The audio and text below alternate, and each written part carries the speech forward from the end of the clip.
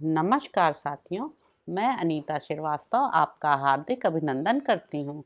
श्रीमद् वाल्मीकि रामायण में आज का प्रसंग है सुग्रीव का लक्ष्मण के पास जाना और लक्ष्मण का उन्हें फटकारना। लक्ष्मण बेरोक टोक भीतर घुस आए थे। उन पुरुष शिरोमणि को क्रोध से भरा देख सुग्रीव की सारी इंद्रियां व्यथित हो उठीं। दशरथ पुत्र लक्ष्मण रोषपूर्वक लंबी सांस खींच रहे थे और तेज से प्रज्वलित से जान पड़ते थे। अपने भाई के कष्ट से उनके मन में बड़ा संताप था। उन्हें सामने आया देख वानर श्रेष्ठ सुग्रीव सुवर्ण का सिंहासन छोड़कर कूद पड़े, मानो देवराज इंद्र का भली भांति सजाया हुआ महान ध्वज आकाश से पृथ्वी पर उतर आया हो। सुग्रीव के उतरते ही रुमा आदि स्त्रियां भी उनके पीछे उस सिंहासन से उतरकर खड़ी हो गईं, जैसे आकाश में पूर्ण चंद्रमा का उदय होने पर तारों के समुदाय भी उदित हो गए हों। श्रीमान सुग्रीव के नेत्र मद से लाल हो रहे थे।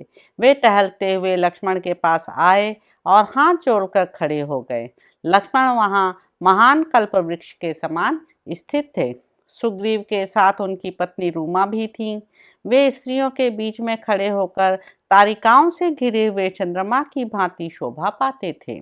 उन्हें देखकर लक्ष्मण ने क्रोधपूर्वक कहा, वानरराज, धैर्यवान, कुलीन, दयालु, जितेंद्रिय और सत्यवादी राजा का ही संसार में आदर होता है। जो राजा अधर्म में स्थित होकर उपकारी मित्रों के सामने की हुई अपनी प्रतिज्ञा को झूठी कर देता है, उससे बढ़कर अत्यंत क्रूर कौन होगा। अश्वदान की प्रतिज्ञा करके उसकी पूर्ति न करने पर अश्वामृत नामक पाप होता है। यह पाप बन जाने पर मनुष्य 100 अश्व की हत्या के पाप का भागी होता है।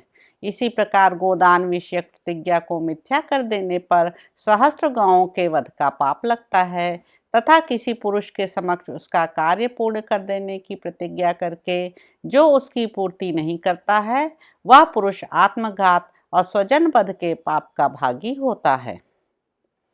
वानरराज, जो पहले मित्रों के द्वारा अपना कार्य सिद्ध करके बदले में उन मित्रों का कोई उपकार नहीं करता है, वह कृतघ्न एवं सब प्राणियों के लिए वध्य है। कपिराज, किसी कृतघ्न को देखकर कुपित हुए ब्रह्मा जी ने सब लोगों के लिए आदरणीय यह एक श्लोक कहा है, इसे सुनो।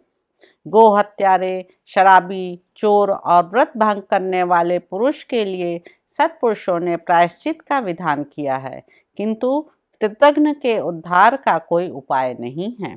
वानर, तुम अनार्य, कृतघ्न और मिथ्यावादी हो, क्योंकि श्री रामचंद्र जी की सहायता से तुमने पहले अपना काम तो बना लिया, किंतु जब उनके लिए सहायता करने का अवसर आया तब तुम कुछ नहीं करते।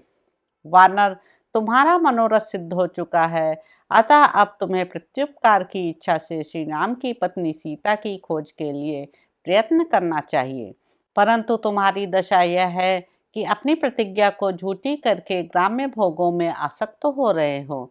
श्री रामचंद्र जी यह नहीं जानते हैं कि तुम मेढक की सी बोली बोलने वाले सर्प हो। महाभाग श्री रामचंद्र जी परम महात्मा तथा दया से द्रवित हो जाने वाले हैं, अतएव उन्होंने तुम जैसे पापी और दुरात्मा को भी वानरों के राज्य पर बिठा दिया। यदि तुम महात्मा रघुनाथ जी के किए हुए उपकार को नहीं समझोगे तो शीघ्र ही उनके तीखे बाणों से मारे जाकर वाली का दर्शन करोगे।